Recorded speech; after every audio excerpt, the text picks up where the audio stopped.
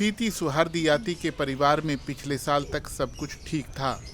तब उनका बेटा उमर अबू बकर जिंदा था।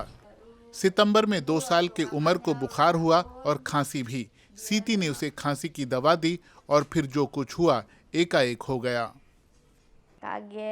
मुझे तो गहरा सदमा लगा, यकीन ही नहीं हुआ। उसके बीमार होने से लेकर मरने तक सब कुछ इतना जल्दी हुआ जैसे कोई सपना हो।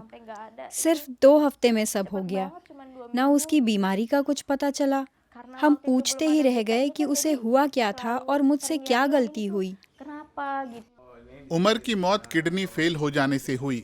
उसे बीमार हो जाने के बाद जकार्ता के एक अस्पताल के इमरजेंसी वार्ड में भर्ती कराया गया था। सीती ने उमर को जो दवाई दी थी, पुलिस ने उसके कुछ नमूने लिए।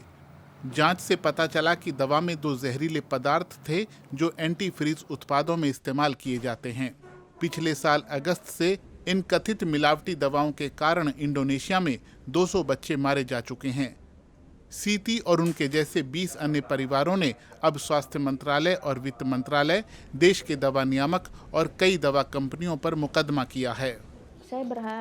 मैं उम्मीद करती हूँ कि जिन्होंने गलत काम किया उन्हें अपने किए की सज़ा मिलेगी।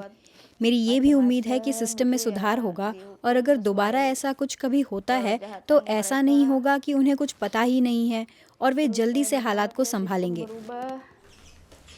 सीती को अपने दुख पर पर्दा डालकर खुद को मजबूत रखना है, अपनी बेटी की खातिर। दोनों उमर की कब्र पर जाती हैं। आज उसका 3रा जन्मदिन होता, इसीलिए उमर की बहन उसके लिए गीत गा रही है।